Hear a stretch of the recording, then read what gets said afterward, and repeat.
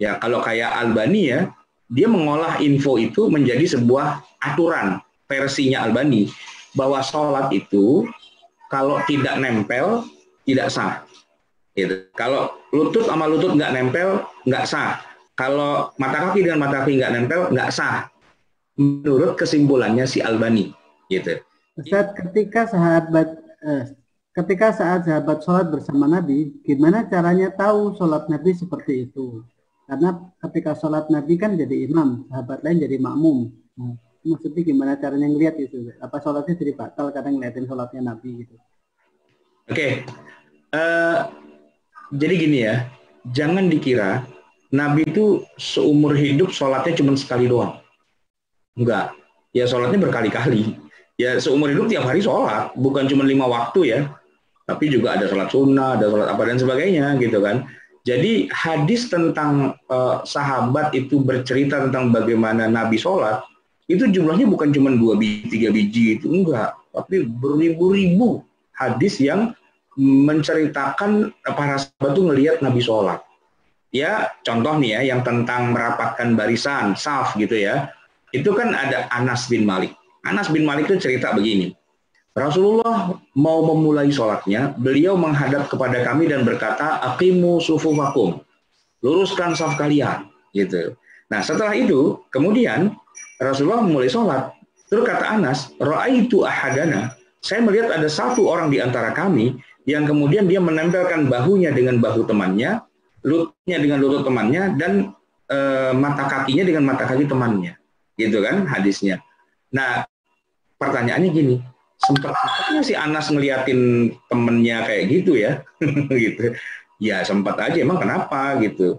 Nah dari hadis itu kemudian dapatlah sebuah info. Nah info ini kemudian diolah gitu, diolah oleh beberapa kalangan. Ada yang mengatakan ya kalau kayak Albani ya, dia mengolah info itu menjadi sebuah aturan versinya Albani bahwa sholat itu kalau tidak nempel tidak sah. Gitu. Kalau lutut sama lutut nggak nempel, nggak sah. Kalau mata kaki dengan mata kaki nggak nempel, nggak sah. Menurut kesimpulannya si Albani. Gitu. Infonya sih nggak bilang begitu. Infonya cuma Anas bercerita, satu orang di antara kami itu nempelin bahunya dengan bahu temannya. Gitu doang sih. Tapi oleh Albani disimpulkan, harus begitu, kalau nggak begitu nggak sah. Nanti Bakar Abu Zaid, ulama di Saudi juga mengatakan, oh kalau harus nempel sepanjang sholat itu namanya takalluf, itu namanya berlebih-lebihan. Enggak, itu maksudnya adalah biar lurus, biar rapat, biar lurus. Tapi tujuan sholat bukan bagaimana caranya menempel gitu. Nah itu kan hadisnya sama, tapi menarik kesimpulannya itu yang berbeda, gitu kan? Nah hadis tentang sholat itu nggak cuma satu, ada beribu-ribu hadis gitu. Dan kejadiannya bukan satu kejadian, ada berkali-kali kejadian gitu. Nah tantangannya adalah kemudian bagaimana memproyeksikan ulang dari beribu-ribu data itu menjadi sebuah gambaran utuh sholatnya Rasulullah.